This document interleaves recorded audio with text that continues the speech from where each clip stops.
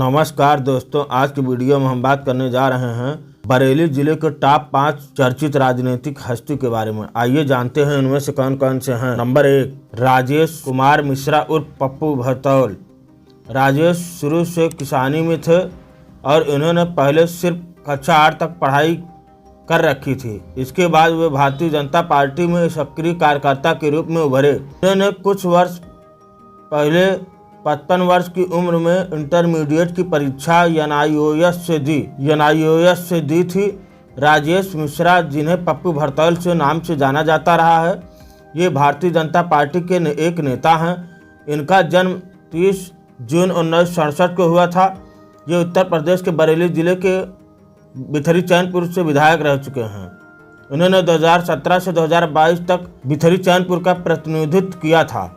Number 2, Arun Kumar Saxena. Arun Kumar Saxena MBBS हैं। वह शहर में एक हॉस्पिटल चलाते हैं।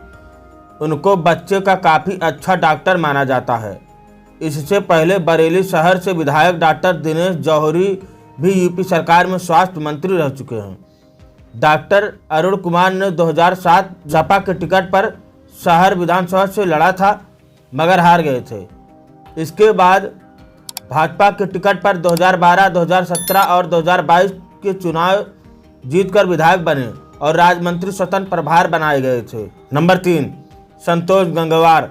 संतोष गंगवार का जन्म उत्तर प्रदेश के बरेली में 1 नवंबर 1948 को हुआ था। उनकी उच्च शिक्षा आगरा विश्वविद्यालय और रुहेलखंड विश्वविद्यालय से उन्होंने अपनी BSc और LLB की डिग्री प्राप्त की। इस दौरान वह छात्र राजनीति से जुड़े रहे। इंदिरा गांधी की ओर से लगाई गई इमरजेंसी के दौरान उन्हें जेल तक जाना पड़ा था। संतोष गंगवार को बरेली में विकास पुरुष कहते हैं।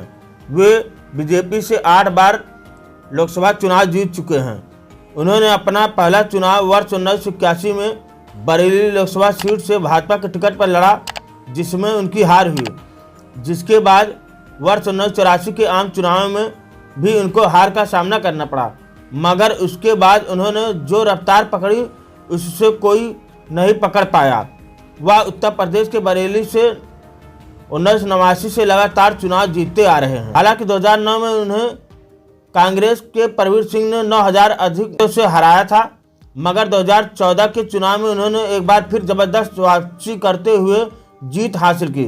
2019 में भी वो जीत गए। वर्तमान में वह झारखंड में राज्यपाल हैं। नंबर 4, राजेश अग्रवाल। राजेश अग्रवाल का जन्म बरेली जिले में हुआ। वह संघ से जुड़े हुए थे। उन्होंने अपनी राजनीतिक पारी की शुरुआत, आपको बताते चले, वर्ष 1993 में डॉक्टर दिनेश जौहरी की विदाई हुई तो भाजपा के सामने संकट खड़ा हो गया था। वर्ष 1993 में कर किसे दिया जाए।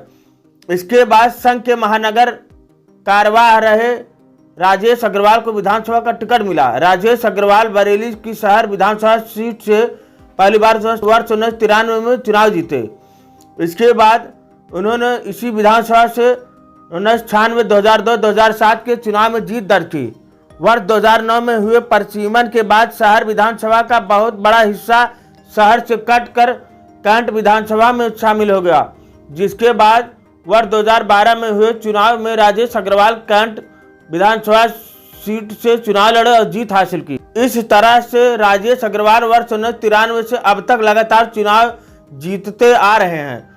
वह तकरीबन 6 बार विधायक बन चुके हैं। आपको बताते चले, राजेश अग्रवाल भाजपा सरकार में वित्त मंत्री थे। राजेश अग्रवाल भाजपा में नया इतिहास भी बना दिए थे।